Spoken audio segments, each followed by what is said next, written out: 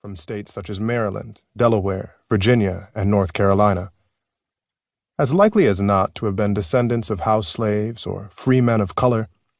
these migrants arrived with high degrees of literacy, musical fluency, and religious discipline, as well as a tendency toward light skin that betrayed their history of mixing with white masters and with one another. Once they settled in Pittsburgh, they had educational opportunities that were rare for blacks of the era.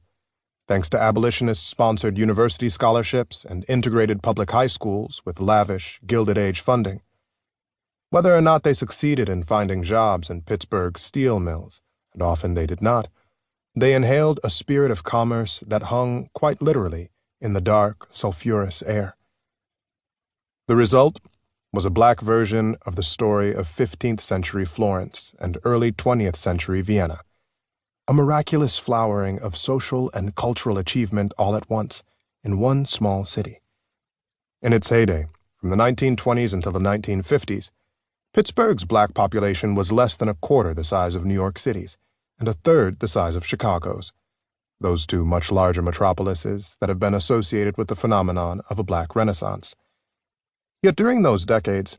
it was Pittsburgh that produced the best-written, widest-selling, and most influential black newspaper in America, the Pittsburgh Courier.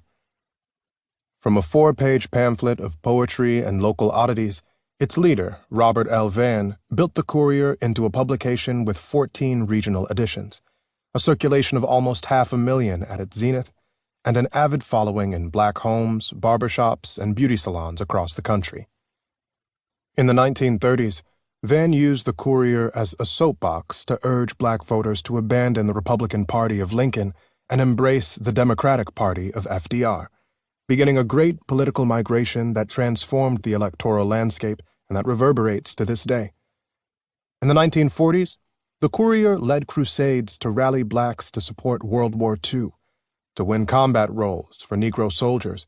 and to demand greater equality at home in exchange for that patriotism and sacrifice.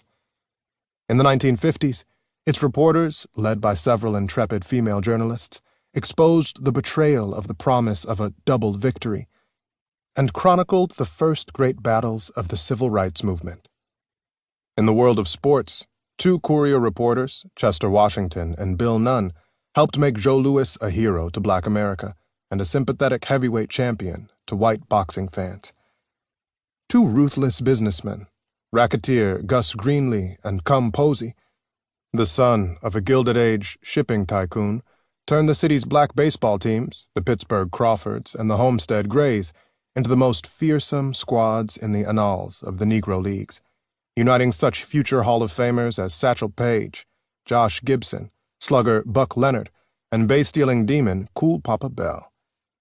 Another Courier sports writer, Wendell Smith, led a campaign to integrate the big leagues and was the first person to call the attention of Brooklyn Dodgers owner Branch Rickey to a young Negro League shortstop named Jackie Robinson. While covering Robinson's first seasons in the white minor and major leagues, Smith served as Jackie's roommate, chauffeur, counselor, and mouthpiece, helping to soothe the historic rookie's private temper and fashion the public image of dignity that was as crucial to his success as power at the plate and speed around the bases. In the realm of the arts, Pittsburgh produced three of the most electrifying and influential jazz pianists of the era: Earl Father Hines, Mary Lou Williams, and the dazzling Errol Garner. It was in Pittsburgh that Billy Strayhorn grew up and met Duke Ellington, beginning a partnership that would yield the finest orchestral jazz of all time.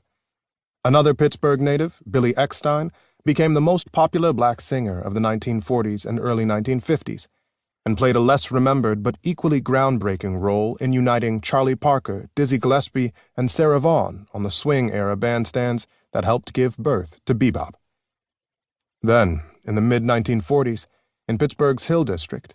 a black maid born in North Carolina who had taken up with a white German baker gave birth to a boy who grew up to become America's greatest black playwright. Today, Black Pittsburgh is best known as the setting of August Wilson's sweeping century cycle, Fences, The Piano Lesson, and 7 more of the 10 plays he wrote depicting black life in each decade of the 20th century. Wilson conjured it as a world full of tormented, struggling